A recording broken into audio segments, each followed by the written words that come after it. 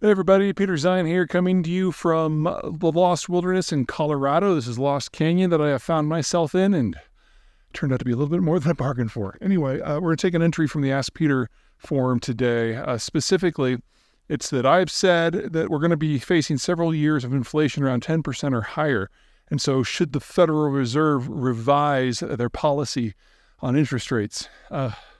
For those of you who are not financial aficionados, the prime rate is what the Fed sets, and the idea is you want it low enough to generate economic activity by making credit cheaper, but high enough that the demand doesn't get out of control and generate runaway inflation.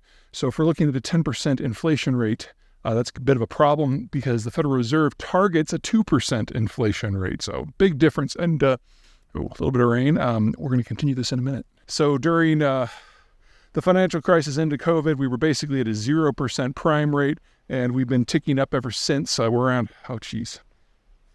Fed met while I was gone. Let's call it 5.5%, 6%, somewhere in there.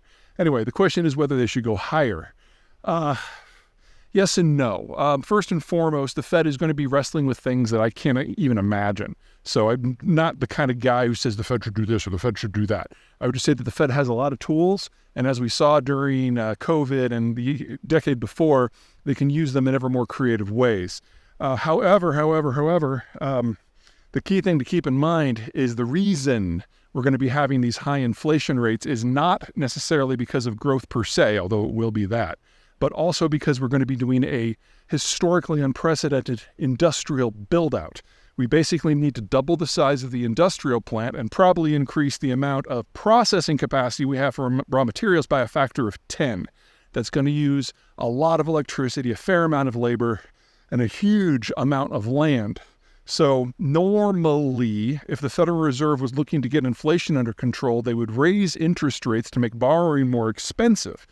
But if you do that now, you're going to choke off that industrial expansion.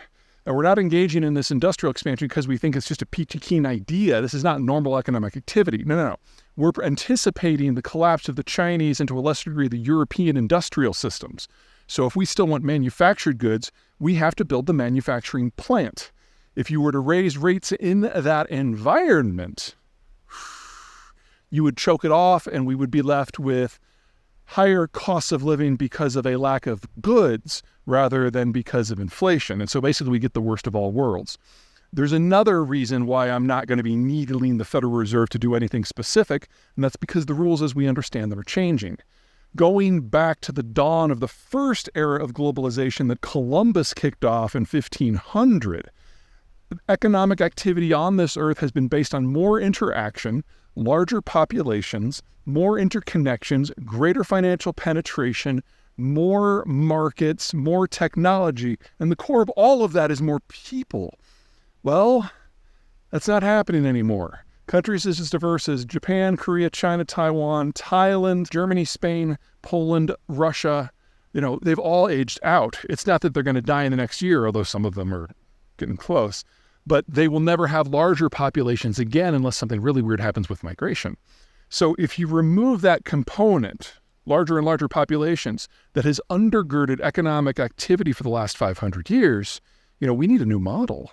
Because if it's not based on population expansion and the market expansion that comes from that, what is it based on?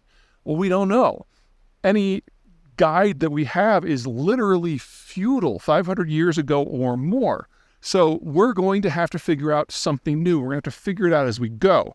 Now, the advantage that the Federal Reserve has in this is the United States is the first world country that does not face the same degree of demographic degradation as everyone else. Yes, the American birth rate has recently dropped by quite a bit. Millennials have more kids. But if we keep dropping at our current rate, we're not going to be in the same situation as a China or a Germany or Korea or in Italy for another probably 40 to 60 years. So we will get to see what everyone else does with monetary policy in an environment when there's no demand to regulate. Because let's be honest here. Interest rates going up and down, all that is designed to do is to regulate the amount of demand in the economy. And if your populations are bombing, there's no demand left. So the Federal Reserve has more tools. Its tools work better, and it's a growth story. So regardless of what happens with policy, this is still a pretty positive outcome.